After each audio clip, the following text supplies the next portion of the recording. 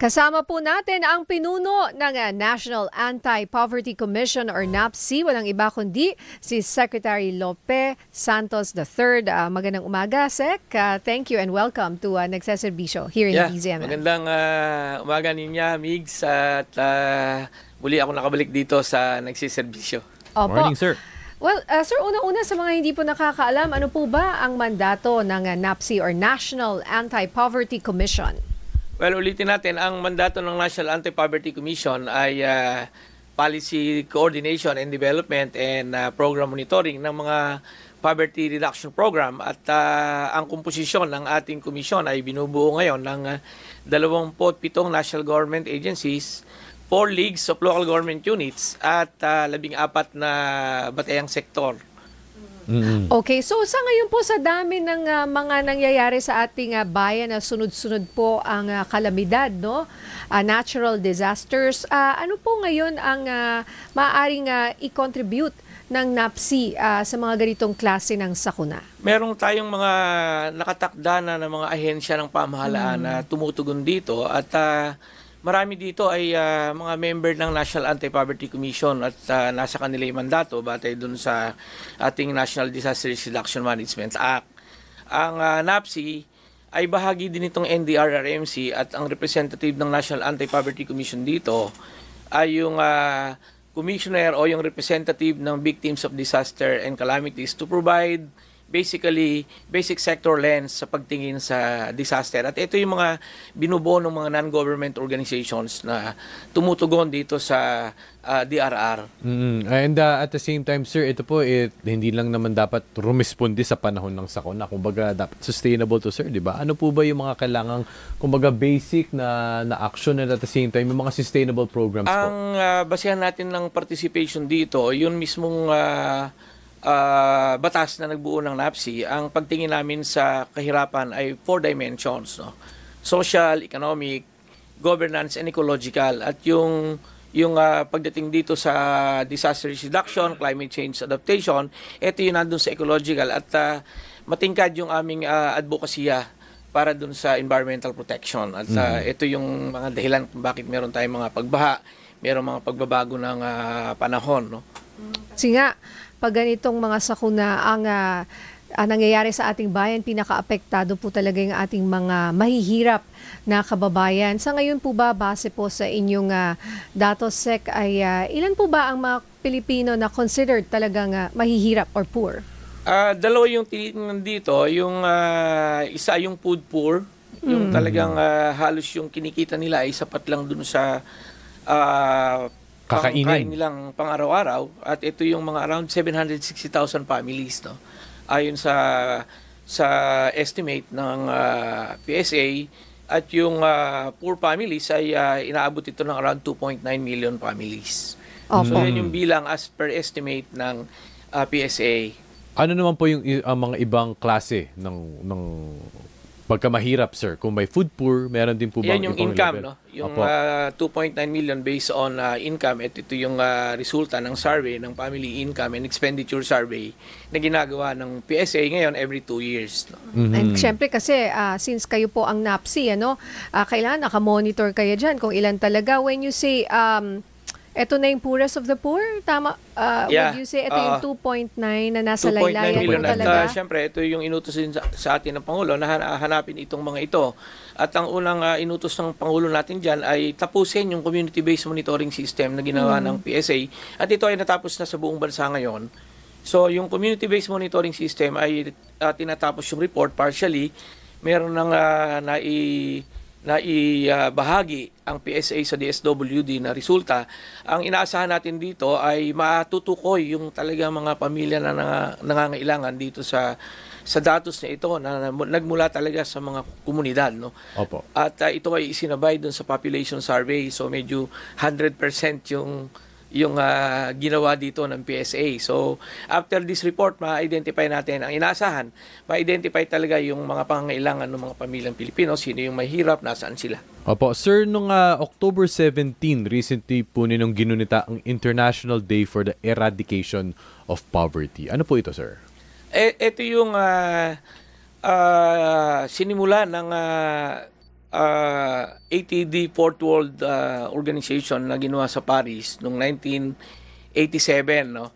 Nag-gather sila doon at tiningnan nila na ang paglagpas sa kahirapan ay isang karapatang pantao.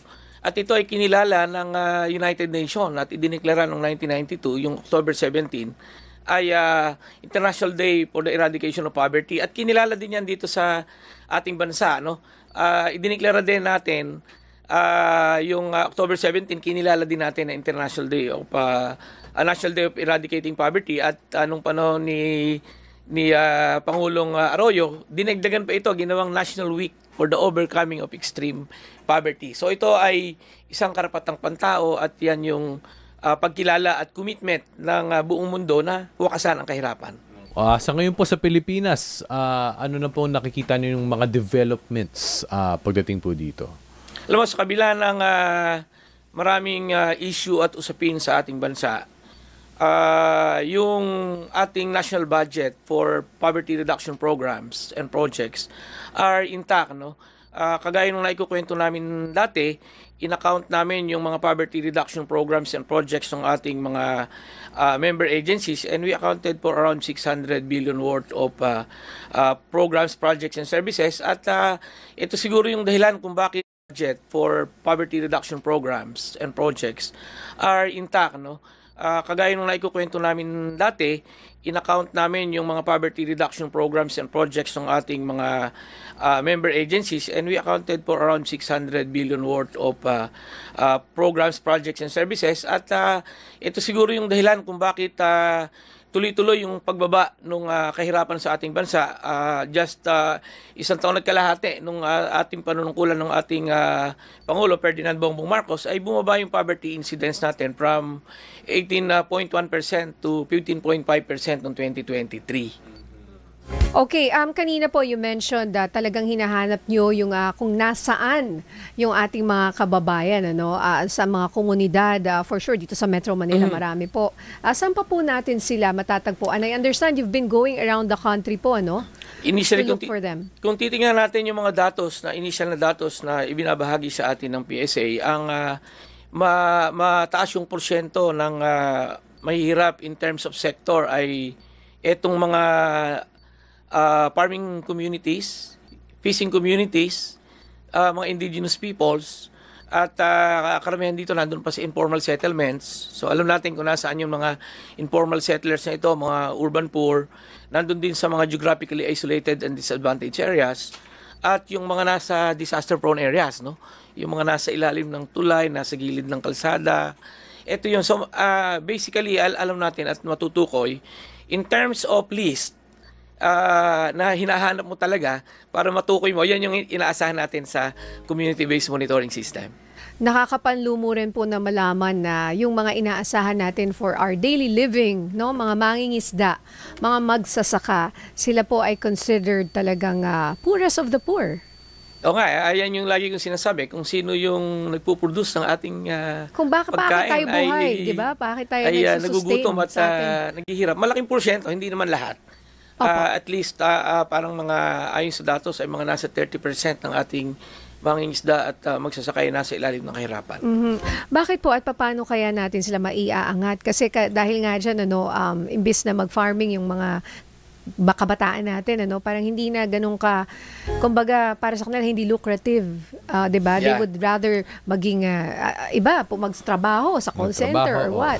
When in fact ang dami-dami nating lupa, no po, sana nga maayos sa mga ito, no. At nagre-reflect yan sa ating ekonomiya, no. Syempre malaki yung kinikita natin nandoon sa services, sa industry. Maliit talaga yung sa agriculture na contribution because it's raw. Kaya pagka binilang mo yung contribution ng agriculture and fisheries and forestries ay mababa dun sa kabuuang economy natin. Kaya tama ka doon yung mga kabataan natin nagpupunta dito sa services at medyo mataas na yung may edad na yung mga naiiwan sa pagsasaka at pangingisda. Oo nga po eh. And in relation po to, syempre, sa mga sakuna, yung mga apektado talaga nito, yung mga poorest of the poor, paano sila magkakaroon, sir, ng power or capability na may angat kung eto nga, nandito pa rin ako, Lalo na sa oras ng kahirapan at talagang sakuna at bagyo. Dito pumapasok yung mga poverty reduction programs ng ating government. Una, yung direct assistance ng dun sa kanilang hanap buhay. So meron tayong DA, BFAR na tumutulong at tumutugon dun sa mga pangunahing pangangailangan sa hanap buhay ng ating mga magsasaka at mangingisda, no? Doon naman sa mga social services ay mapasok yung DSWD. Yung sa kalusugan naman nila ay nandyan yung DOH, PhilHealth. So meron naman tayong mga support service and mga mekanismo. Ito yung social welfare and health services ng ating gobyerno. Alright. At sa tingin niyo po, bilang panghuli na lang, minsan kasi nakakarinig pa rin tayo ng mga istorya na hindi nakarating sa amin, kulang pa rin. Saan niyo po nakikita yung gap? Kasi pag nakinig tayo ng balita, sasabihin libo-libo, milyon, nakapreposition, nandito ang dami nating supplies, relief goods, etc. And yet, minsan talaga hindi pa rin nakakarating po ito sa kanila. Well, merong mga naka-preposition, but of course yung ating resources is also limited. Meron lang mga panahon kaya ito may pang-emergency, mga biglaan, no? Halimbawa yung DSWD, it will last for number of days, ano? Yung susunod ay maghahagilap ulit tayo saan tutulong o hanggang makabangon uli yung ating mga kababayan. Ito nga yung sinasabi natin na talagang apektado yung mahirap kasi yung coping mechanism nila ay mahina kumpara dun sa mga non-poor, no? Madaling makarecover yung non-poor compared dun sa mahirap. Mahirap ka na nga, nasalanta ka pa, talagang double whammy. Yun. So siguro bilang panghuli na lang, baka may mensahe po kayo sa publiko at syempre sa mga government agencies na kino-coordinate nyo po, no? Baka meron po tayong panawagan sa kanila.